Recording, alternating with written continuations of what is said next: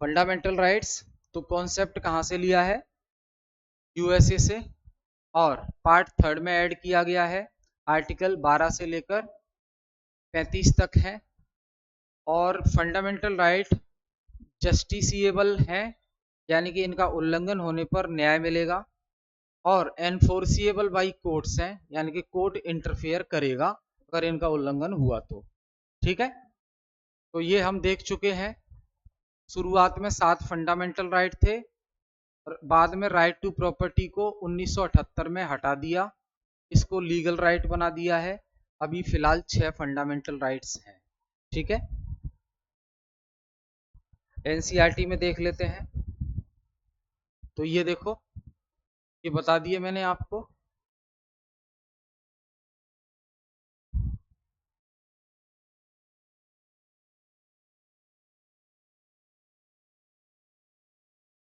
ये मैंने आर्टिकल बता दिया आपको। अगला है DPSP.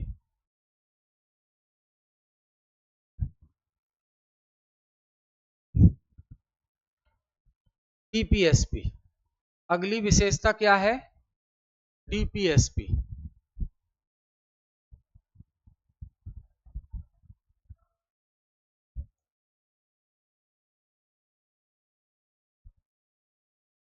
Directive principles of state policy, यानी कि राज्यों के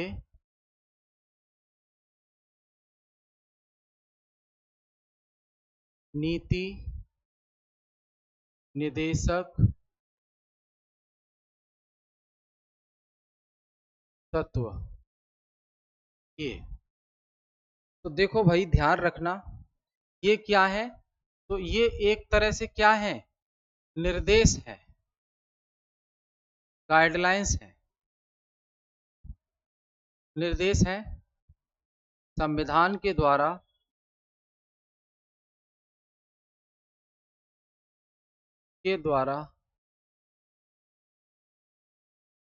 राज्य के कल्याण के लिए, यानी कि देश के कल्याण के लिए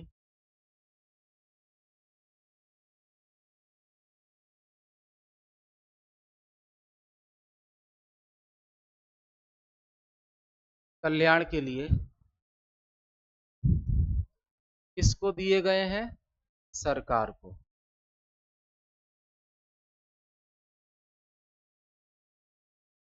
यानी कि संविधान डीपीएसपी के द्वारा सरकार से बोल रहा है कि जब अब भी आप कानून बनाओ कोई भी, तो उसमें डीपीएसपी में कही गई बातों को आप कानून में शामिल करो, जिससे वो लागू हो पाए चीज, और लोगों का और देश का भला हो पाए।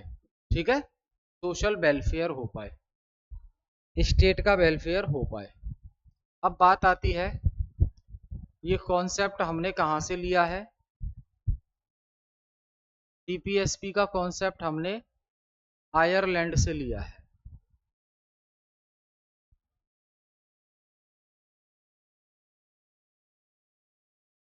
आयरलैंड से लिया है।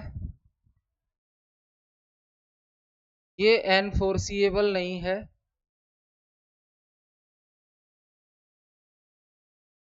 बाई कोर्ट नहीं है। ठीक है, पार्ट भारतीय संविधान के कौन से भाग में शामिल किया गया है, पार्ट 4। आर्टिकल्स कितने हैं इसके, 36 से लेकर 51 तक। ठीक है, डीपीएसपी वेलफेयर ऑफ स्टेट इसका मकसद है, वेलफेयर ऑफ स्टेट। ठीक है, अगर मैं एग्जाम्पल लेके बताऊं आपको, एग्जाम्पल ले लेते हैं, 2 एग्जाम्पल है क्या डीपीएसपी। तो देखो, एक है आर्टिकल 40। आर्टिकल 40 डीपीएसपी का है। इसमें कहा गया है कि गांव में पंचायत का गठन होना चाहिए।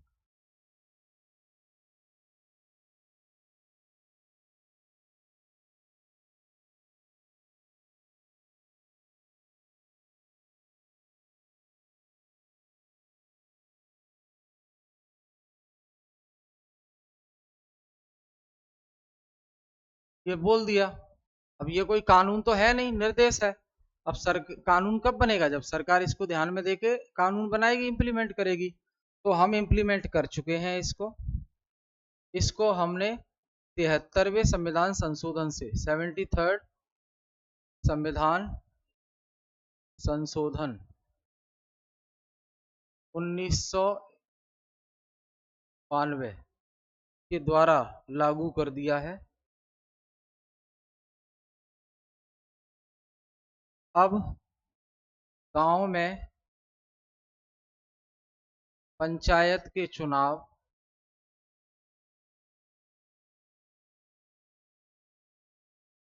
हो रहे हैं। ठीक है। अगला, सेकुलरिज्म, यानी कि पंथ निरपेक्षता हमारे संविधान की विशेषता है। यानी कि भारत का कोई धर्म नहीं है, भारत सभी धर्मों को बराबर वैल्यू देता है। भारत का अपना कोई धर्म नहीं है, भारत सभी धर्मों को बराबर वैल्यू देता है। बाद में जोड़ा गया ये 42वें संविधान संशोधन से। Citizens are free to practise any religion, जो नागरिक हैं वो किसी भी धर्म का पालन कर सकते हैं। राज्य धर्म के आधार पर भेदभाव नहीं करेगी, ये फंडामेंटल राइट में बोला गया है।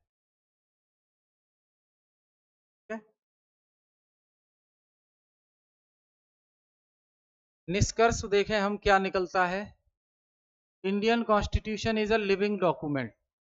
लिविंग डॉक्यूमेंट क्यों बोल रहे हैं इंडियन कॉन्स्टिट्यूशन को? क्योंकि अमेंडमेंट होते ही रहते हैं।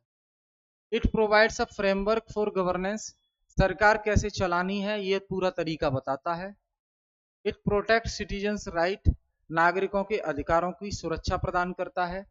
It reflect the aspirations of the people, जो जनता है उसकी आकांक्षाओं को दर्शाता है ये संविधान। संविधान को समझना हर नागरिक के लिए आवश्यक है। सिर्फ पेपर पास करने के लिए संविधान नहीं पढ़ना है, हर किसी व्यक्ति को अपने देश का संविधान की समझ होनी चाहिए कि क्या लिखा है संविधान में और काम कैसे होता है।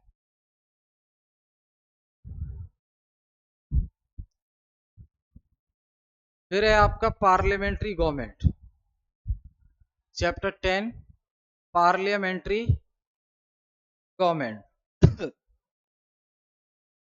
सबसे पहले हमें संसद की आवश्यकता क्यों है? तो भाई देखो, इंडिया एक डेमोक्रेसी है। इसका अर्थ है कि भारत के नागरिकों को अपनी सरकार चुनने की शक्ति मिली है। लोकतंत्र का मूल विचार जनता की सहमति होता है, यानी कि लोकतंत्र हम उसे ही कहते हैं जहां सरकार वही काम करे जो जनता के लिए अच्छा है। ठीक है, मनमानी ना करे। निर्णय नागरिकों की सहमति और भागीदारी से लिए जाने चाहिए। तो हम अपने एमपी एमएलए चुनकर भेजते हैं, फिर वो हमारे बिहाफ पर निर्णय लेते हैं। ये पार्लियामेंट्री सिस्टम हमने ब्रिटेन से ही लिया है।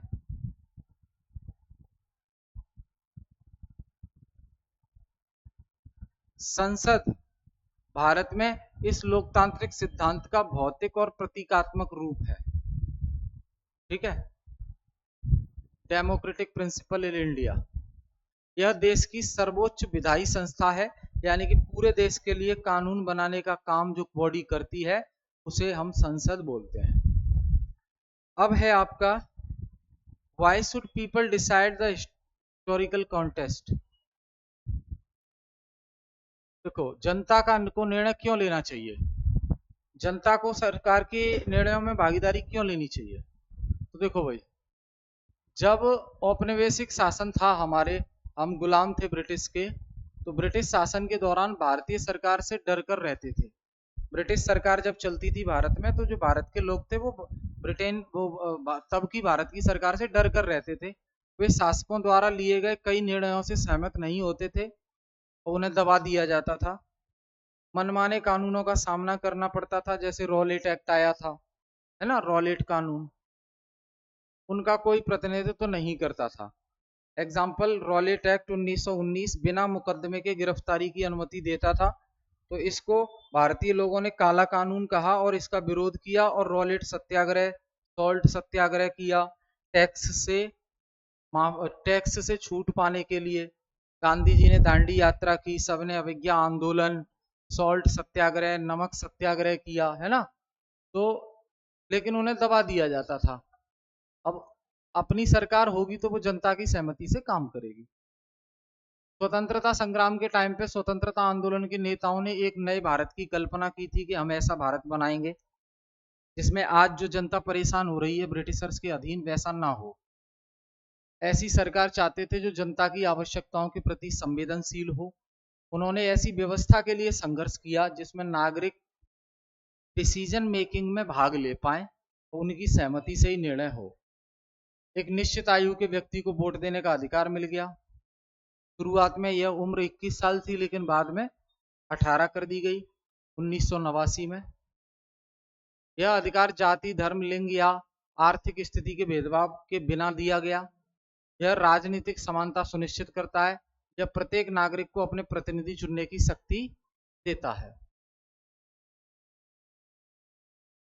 फिर है पीपल एंड देयर रिप्रेजेंटेटिव्स। हम कैसे सरकार के निर्णय में पार्टिसिपेट कर लेते हैं? क्या सरकार हमसे पूछती है कुछ भी काम करने से पहले? जी हाँ, हम एमपी और एमएलए, विधायक और सांसद को अपने क्षेत्र से चुनकर भेजते हैं।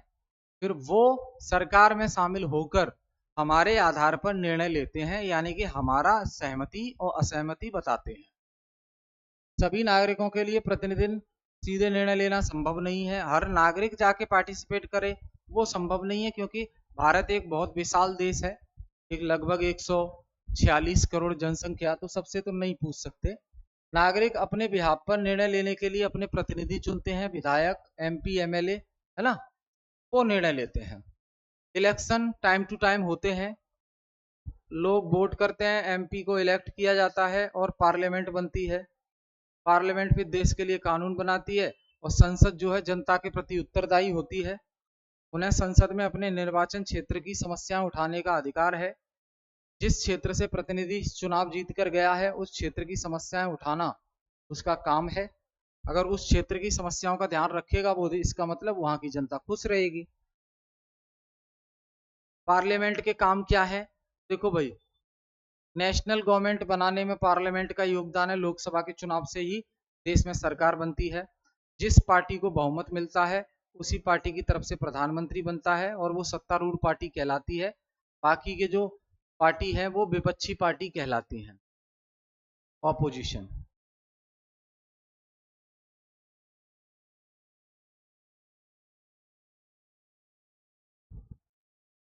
सरकार जो काम करती है उसकी आलोचना भी होती है संसद में विपक्षी पार्टियों के द्वारा।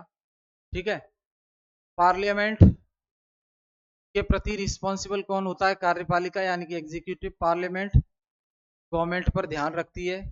क्वेश्चन आवर होता है एक, जहां पे एमपी क्वेश्चन पूछ सकता है मिनिस्टर से। शून्यकाल होता है, अर्जेंट बेसिस पे कोई मुद्दा है उसे उठाया जाता है, पार्लियामेंट में डिस्कशन होता है, डिबेट होता है और कानून बनता है। नो कॉन्फिडेंस मोशन भी, अविश्वास प्रस्ताव, अगर सरकार, विपक्ष को लग रहा है कि सरकार पूर्ण बहुमत में नहीं है, काम नहीं कर पा रही है, तो नो कॉन्फिडेंस मोशन आ जाता है।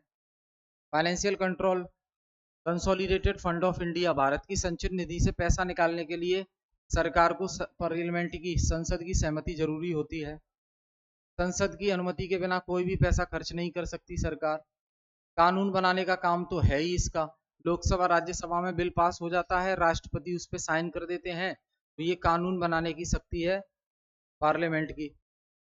रिप्रेजेंटेशनल फंक्शन, पार्लियामेंट में भारत की पूरी डाइवर्सिटी दिखती है। अलग अलग जाति, धर्म, स्थान से लोग चुनकर आते हैं और जो एमपी हैं वो अपने धर्म, अपने क्षेत्र और अपनी समुदाय के मुद्दों को उठाते हैं और उन पर बात करते हैं। दो हाउस हैं हमारी पार्लियामेंट के, राज्यसभा और लोकसभा। दो हाउस हैं हमारी पार्लियामेंट के, राज्यसभा और लोकसभा। एक को बोलते हैं अपर हाउस, एक को बोलते हैं लोअर हाउस। ठीक है, राज्यसभा को ही कहते हैं काउंसिल ऑफ स्टेट्स। अधिकतम 250 मेंबर होते हैं, लेकिन अभी 245 हैं, जिसमें से 12 लोग राष्ट्रपति के द्वारा डायरेक्ट बिना चुनाव के नॉमिनेट कर दिए जाते हैं कला साहित्य विज्ञान समाज सेवा क्षेत्र से। और बाकी जो 233 बचे उनका इनडायरेक्ट इलेक्शन होता है। और इसमें वोट कौन देता है? एमएलए वोट देते हैं। राज्यसभा के मेंबर हर 2 साल में 1/3 मेंबर रिटायर हो जाते हैं। और जो भारत का उपराष्ट्रपति होता है वो राज्यसभा का चेयरमैन यानी कि सभापति कहलाता है। ठीक है, ये राज्यों का प्रतिनिधित्व करती है राज्यसभा। लोकसभा होता है जिसे जनता का सदन कहते हैं, क्योंकि लोकसभा में अभी 543 सीट है, अधिकतम 550 हो सकती है। जनता ही चुनकर भेजती है इन्हें, इसलिए इसे जनता का सदन कहते हैं। सरकार लोकसभा के चुनाव के आधार पर ही बनती है।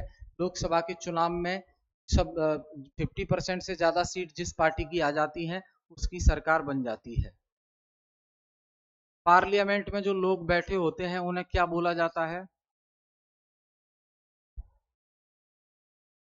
एमपी बोलते हैं। और एससी एसटी के लिए, एससी एसटी के लिए रिजर्व होती हैं सीटें। ठीक है,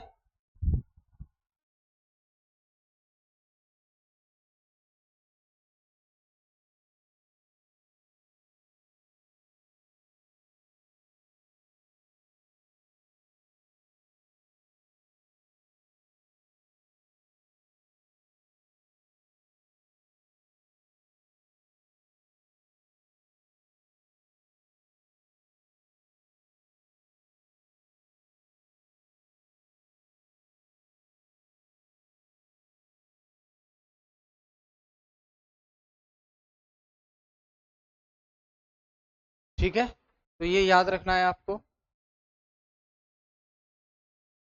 एससी एसटी के लिए सीट रिजर्व होती है, महिलाओं के लिए भी सीट रिजर्व है। रिप्रेजेंटेशन लो है, हालांकि अगर 33% वाला ये जो बिल है लागू हो जाता है कानून, 33% आरक्षण मिल जाएगा। कंक्लूजन, वाई पार्लियामेंट मैटर्स, संसद क्यों महत्वपूर्ण है? संसद क्यों महत्वपूर्ण है? देखो भाई, parliament is a backbone of Indian democracy. जो संसद है वो भारतीय लोकतंत्र की रीढ़ की हड्डी है। It represent the people's will, यह जनता की इच्छा का प्रतिनिधित्व करती है। यह कानून बनाती है और सरकार को उत्तरदायी बनाती है। यह राष्ट्रीय मुद्दों पर चर्चा के लिए मंच प्रदान करती है। संसद भागीदारी सहमति और प्रतिनिधित्व सुनिश्चित करती है। और ये सब एक अच्छे लोकतंत्र के लिए, स्वस्थ लोकतंत्र के लिए बहुत जरूरी चीजें हैं। लॉ क्या होते हैं और लॉ की जरूरत क्यों है? तो देखो, कानून नियमों की वह व्यवस्था है जिसे कोई देश या समुदाय अपने सदस्यों के कार्यों को नियंत्रित करने के लिए मान्यता देता है, जिसे दंड के माध्यम से लागू किया जाता है, दंड या पेनल्टी। ठीक, समाज को संचालन करना, व्यवस्था बनाए रखने के लिए कानून जरूरी है। शक्ति के दुरुपयोग को रोकना और सभी नागरिकों को सुरक्षा सुनिश्चित करना, ये भी कानून जरूरी है इसके लिए। न्याय और समानता स्थापित करना, इसके लिए कानून जरूरी है। नागरिकों के अधिकारों को और कर्तव्यों को परिभाषित करना, इसके लिए भी कानून जरूरी है। कोई भी विवाद है उसका शांतिपूर्ण ढंग से निपटारा करना, इसके लिए भी कानून जरूरी है। कानून के बिना समाज अराजकता में बदल सकता है, जहां ताकत ही अधिकार बन जाती है। ठीक है, कानून का शासन क्या है? संविधान का शासन, जहां संविधान को फॉलो किया जाता है उसे ही कानून का शासन कहते हैं। संविधान सर्वोच्च है, संविधान से ऊपर कोई कानून नहीं है। कानून के समक्ष सभी समान है ना, ये बताया गया है फंडामेंटल राइट में ही।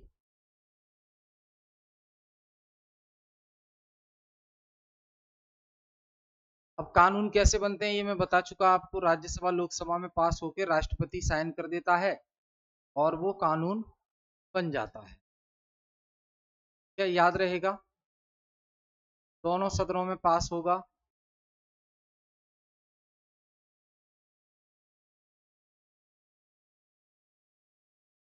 कानून का विकास कैसे हुआ? कानून बनाए, नए कानून बनाए जाते हैं और पुराने कानूनों से संशोधन या उन्हें समाप्त किया जाता है। अब यहाँ देख लो मेन पॉइंट।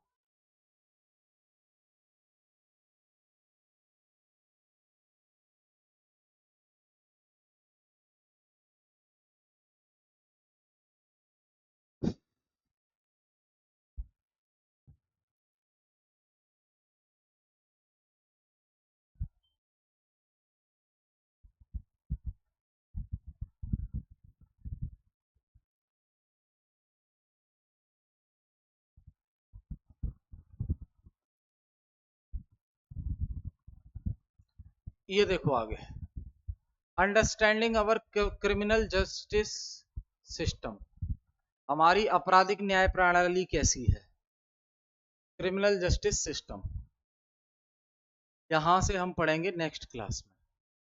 ठीक है, अब हमारी ये ऑलमोस्ट ओवर होने वाली है सिविक्स वाला पोर्शन। आप बने रहिए हमारे साथ, हम फिर मिलेंगे नेक्स्ट क्लास में। तब तक के लिए बहुत बहुत धन्यवाद।